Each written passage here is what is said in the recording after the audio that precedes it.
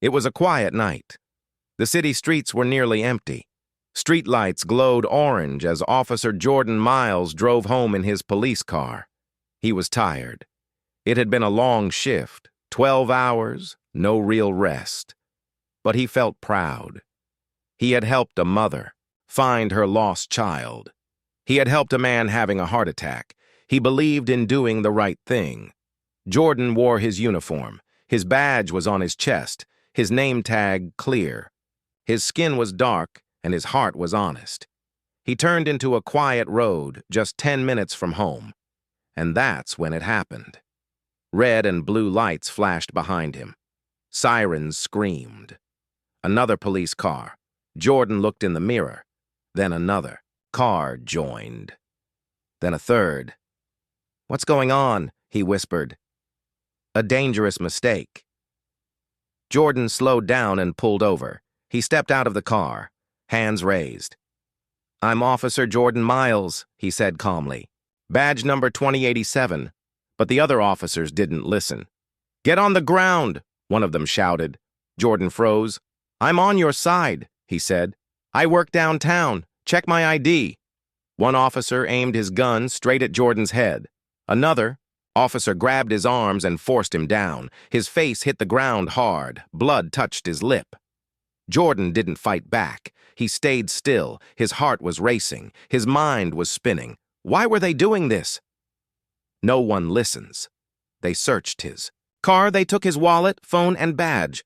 "Why am I being detained?" Jordan asked, trying to stay calm. "Shut up," one officer said. "You know why." "I don't," Jordan replied. "I'm one of you." But they didn't believe him. Or maybe they didn't want to. Another officer stepped aside to make a call. He walked to the corner and spoke softly into his phone. Jordan couldn't hear it all, but he caught a few words. "It's him. We found him. Yeah, still breathing." Still breathing? What did that mean? The call that changed. Everything changed. One officer looked at the man on the phone. They exchanged a strange look. Then the man nodded. The officers quickly stood Jordan up. "Must be some kind of mistake," one of them said, now acting polite. They dusted off his jacket. "Sorry, sir. Wrong ID. These things happen." Jordan stared at them in disbelief. "You had guns on me. You slammed me on the ground." "It's over now," they said. "No hard feelings." They handed back his wallet, but not his phone. Jordan reached out. "My phone?" One officer smiled coldly. "You'll get it later. It's evidence now." Then the man who made the call leaned in and whispered something Jordan would never forget. "You were never supposed to see this side of the badge." Back. Home. But not safe. Jordan drove home, his hands shaking. Everything felt wrong. He was one of them. He had worn the same uniform, helped the same people, followed the same rules. Why did they treat him like a criminal? Why did they keep his phone? Why did that officer say, "Still breathing"? He tried to call his captain from a backup phone. No answer. He texted his partner. No reply. Something was happening. Something big. A message in the dark at midnight. Jordan heard a knock at the door. He looked through the peephole. No one there, but on the ground was a small white envelope. He picked it up slowly, heart pounding. Inside was a note written in block letters. "You saw too much. Keep quiet, or you won't get another warning." Jordan stood frozen. His world had just turned upside down. Officer Jordan Miles didn't sleep that night. He sat by the window, eyes wide open, staring at the street. Every time a car passed, his body tensed. Every shadow made him nervous. He had spent 10 years wearing the badge. He had believed in justice. But now, he was the one being hunted, and he still didn't know why. Missing pieces. Jordan checked his old phone. Still no reply from his partner, Officer Ray. No message from his captain either. No one from the department had called, And they still had his main phone, the one they took during the traffic stop. That phone held everything: messages, voice notes, photos. Something inside him whispered, they took it because they needed to hide something. A strange message. At 6 a.m., Jordan finally received a message, but it wasn't from anyone he knew. It came from an unknown number, just one line. They filed the report, you're now a suspect. Jordan's hands started shaking. Suspect for what? He grabbed his coat and drove straight to the police station. He walked in through the back entrance, the one he had used 100 times before. But this time, everyone stared at him. Some whispered. Some looked away. Others just froze. It was like he didn't belong there anymore. The cold shoulder. He went to the front desk and asked to see the chief. He's not available, the officer replied flatly. I'm being accused of something, Jordan said. I need to see the file. The officer hesitated. Then he handed Jordan a thin envelope. Inside was a printed report. Jordan's name was there, accused of leaking department info, accused of helping a known gang, accused of selling police data. Jordan's mouth went dry. This was a lie, a dangerous one. Where's the proof? He flipped the page. The proof was a phone call made from his number to a gang member late at night, the night before the traffic stop. Jordan closed his eyes. That call never happened, he whispered, but the paper said it did. It was now part of an internal investigation. He wasn't just in trouble, he was being set up. A friend. Turns away, Jordan rushed out of the station and drove straight to Ray's house. His partner, his best friend. Ray opened the door slowly. Jordan, he said, his voice cold. You've seen the report? Jordan said. Ray nodded. You know it's not true. Ray didn't answer. You know me, Ray. You've been my partner for 5 years. I don't know what to believe anymore, Ray replied, then closed the door without another word. Jordan stood there, alone. Something deeper back at home. Jordan tried to breathe. He thought about everything. The traffic stop, the call, the cold stares, the lies. This wasn't just a simple mistake. This was planned. Someone inside the department was behind it. Someone wanted him out. Or worse, someone wanted him destroyed. A warning from the past. Later that night, Jordan remembered something. A retired officer, Sergeant Barnes, had once told him, "Be careful when you rise too fast, Jordan. Some people don't like seeing someone like you in uniform, doing better than them." Back then, Jordan thought Barnes was just bitter. Now, he wasn't so sure. Maybe someone was jealous. Maybe someone feared he would uncover something. Maybe he already had. One last text as he sat in the dark. Another text came in. This time it was from the unknown number again. They think you're the threat. Don't go to work tomorrow. Jordan's heart pounded. It was no longer just about him. This was bigger than he could imagine. Someone was pulling strings from the shadows, and they weren't done yet. Jordan Miles sat alone in his car, staring at the night sky. He was losing everything: his job, his friends, his peace. He had done nothing wrong, but the world now saw him as a traitor. He needed help, but he couldn't trust the police. He couldn't trust the system. There was only one person he still trusted: his little brother, Marcus. Brother with skills Marcus wasn't like Jordan. He wasn't a cop. He didn't like the law. He stayed in his room, always on his computer, building apps, breaking codes, doing things Jordan didn't understand. But one thing was clear. Marcus was smart, very smart. If someone had messed with Jordan's phone, maybe Marcus could find out the truth. The visit Jordan knocked on Marcus's door late at night. Marcus opened it, surprised. "You look like hell," Marcus said. "I need your help," Jordan replied. Marcus nodded. He didn't ask questions. He never did. The broken truth Jordan placed a small black bag on the table. Inside was his backup phone, the one he still had. "Can you check if someone used my number?" Jordan asked. "A call was made from my phone, but I didn't make it." Marcus raised an eyebrow. "Let's find out." He plugged the phone into his laptop. His fingers flew over the keyboard. Code appeared. Files opened. Marcus narrowed his eyes. "There's something strange here." "What do you mean?" Jordan asked. "This phone was connected to a remote system. Someone mirrored your number. They made a fake call using your voice. A deep fake."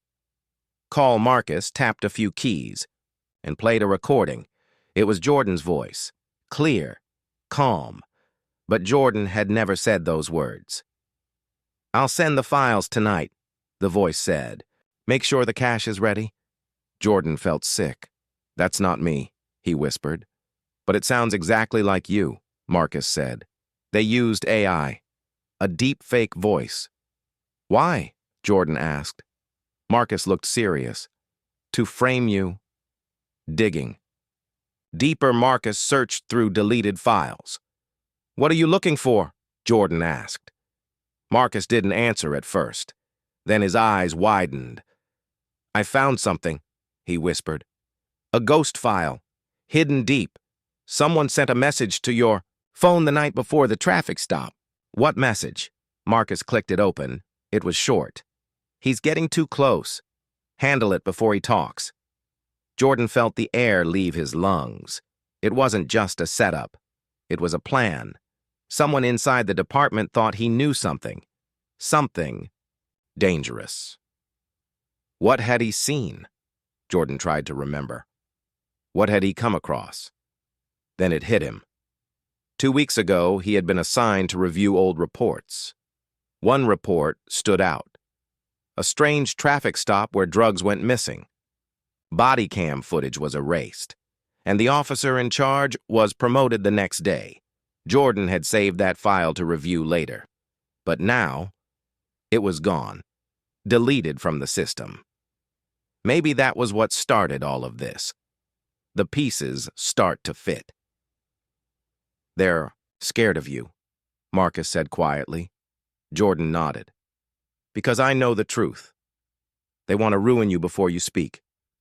"And they're doing a good job," Jordan replied. "Everyone already thinks I'm dirty." Marcus looked at his brother. "You can't fix this from the inside anymore," he said. "They won't." Jordan Miles sat on the old couch in Marcus's apartment, holding the flash drive tightly. He didn't sleep. He didn't even blink. His heart was full of fear, but also fire. This was the proof, the file that showed the truth. But now, someone knew he had it, and they were watching. Marcus had traced the hack. It came from inside the police department. They weren't just trying to ruin Jordan, they were trying to silence him. A knock in the dark at 4 a.m. There was a knock at the door. Jordan, and Marcus froze. Marcus whispered, "Should I check?" Jordan nodded. Marcus peeked through the peephole and smiled. "It's her," he said. "Who?" Marcus opened the door. A woman stepped in quietly. She wore a black coat and had tired eyes. Jordan's heart skipped. It was Detective Lena Gray, Jordan's old friend and ex-partner from his early days as a rookie cop. An old friend returns Lena hadn't spoken to Jordan in 3 years, not since her transfer to another city, not since the case that nearly broke them both. "Lena," Jordan said softly. "I heard what's happening," she said. "I had to come." Jordan looked down. "They're destroying my life." "I know," she replied. "And I know who's behind it." Jordan's eyes narrowed. "Who?" Lena looked at him, serious. "Chief Harmon." The name that haunts Chief Harmon. Jordan had trusted him once. The man who gave him his badge. The man who smiled at award ceremonies. But Jordan had also seen things. Hushed conversations, deleted files, suspicious arrests. Lena sat down. 3 years ago, I found a connection between Chief Harmon and a group moving drugs through traffic. Stops. I tried to speak up, but I was sent away. You think he's behind my setup? Lena nodded. I'm sure. And I think he's done this before. The case that broke them. Jordan looked at Lena. They hadn't spoken since the Taylor case. A young man, Marcus Taylor, had died in custody. The report said he had a heart attack, but Jordan had seen bruises. Lena had wanted to dig deeper. Jordan had told her to let it go. I was scared, Jordan said now. I didn't want to lose my badge. Lena's voice cracked. We both lost something that day. They sat in silence. Old pain, old choices, and now a second chance. The plan. Jordan pulled out the flash drive. This has the truth. I just don't know who to give it to. Lena leaned forward. We don't give it to anyone inside the department. Then who? Lena pulled out her phone and showed a contact, a journalist. Her name is Maya. She's been investigating corruption in the city for 5 years. She's smart, and she's not afraid. Jordan hesitated. I never thought I'd need the media. Sometimes, Lena said, the only way to clean the system is from the outside. One step closer. They agreed to meet Maya the next day at a quiet coffee shop outside the city. But Jordan couldn't shake the feeling that someone was watching. He stepped outside for fresh air. The street was silent, but across the road, a dark car was parked. Jordan stared at it. Suddenly, the headlights flashed once, then the car drove away. The message back inside, Marcus checked his computer. Another message had arrived, anonymous again. Just 2 words. We warned you. The sky was cloudy. Rain tapped lightly on the car roof as Jordan, Marcus, and Lena sat in silence. They had reached the cafe on the edge of the city, far from the police department, far from the noise. It was small, quiet, safe, or at least they hoped it was. Today, they would meet Maya, the journalist who could change everything. She was their only chance to tell the truth. A stranger with a notebook, Maya, walked in 5 minutes later. She wore a gray coat, no makeup, and carried a thick notebook instead of a laptop. She spotted them, nodded, and sat down across from Jordan. I know who you are, she said softly. And I know what they're saying about you. Jordan looked into her eyes. Do you believe them? He asked. No, Maya replied, because the same people tried to destroy me too. Opening the file, Marcus placed the flash drive on the table. Maya took it gently, like it was a bomb that might explode. She opened her notebook and began writing. Jordan explained everything. The fake call, the deep fake voice, the deleted files, the message hidden in his phone. Lena added what she knew about Chief Harmon, the missing drugs, the past cover-ups. Maya said nothing for a long time. Then she looked up. This story could burn the whole department down. The cost of truth. Maya leaned forward. If I run this story, you need to be ready. They won't go quietly. You'll be followed, attacked, maybe worse. Jordan nodded. They're all ready. After me? Then you have to decide, Maya said. Are you ready to lose everything, just to tell the truth? Jordan took a deep breath. I already lost everything when I stayed silent. Eyes in the shadows. As they left the cafe, Jordan felt it again. A car, parked across the street, a man inside, watching. Jordan froze. Is that the same car from last night? Marcus whispered. Jordan nodded slowly. This time the car didn't drive away. It just sat there. A chase begins back in their car. Jordan turned sharply and drove toward the mystery vehicle. The black car pulled off quickly and sped away. Jordan followed. Lena pulled out her phone, recording everything. They weaved through side streets, but the black car was fast and well-trained. After a few sharp turns, it vanished. Gone. No license plate, no clues. The messages sent back at Marcus's apartment. Maya worked on her story. She connected the files, she cross-checked names, dates, footage. By morning, she was ready. "I'll send it to my editor tonight," she told Jordan. "Once it's live, there's no going back." Jordan stared at the screen. His life, his truth, was now in her hands. Another hit that night while Jordan was getting water from the kitchen. Lena's phone rang. She picked up, listened quietly, and her face turned pale. She hung up. "Marcus," she said. "Get off the computer. Now." Marcus turned. "What happened?" Jordan asked. Lena's voice was tight. "The cafe we met Maya at. It burned down an hour ago." Jordan's eyes widened. "Anyone hurt?" "No, it was empty. But they all knew it wasn't random." It was a message. A new target. Later that night, Jordan received a call. No name. Just a voice. "You should have walked away." Then silence. Morning broke with a strange silence. Jordan stood at the window, watching. The street below, it looked peaceful. But he knew better. Beneath that quiet, danger waited. He turned to the others. Today was the day Maya would publish the story. The world would finally know the truth, and the man behind it all, Chief Harmon, would fall. One final warning. Just before noon, Maya called. Her voice was calm but heavy. "They tried to stop me," she said. "Two men showed up at my editor's office. No names, no badges, just threats." Jordan felt a chill. "Did your editor pull the story?" "No," Maya said. "He doubled it. It's going live in 20 minutes. She paused. "But be careful. If they came after me, they'll come after you." The story breaks at 12:01 p.m. The headline appeared.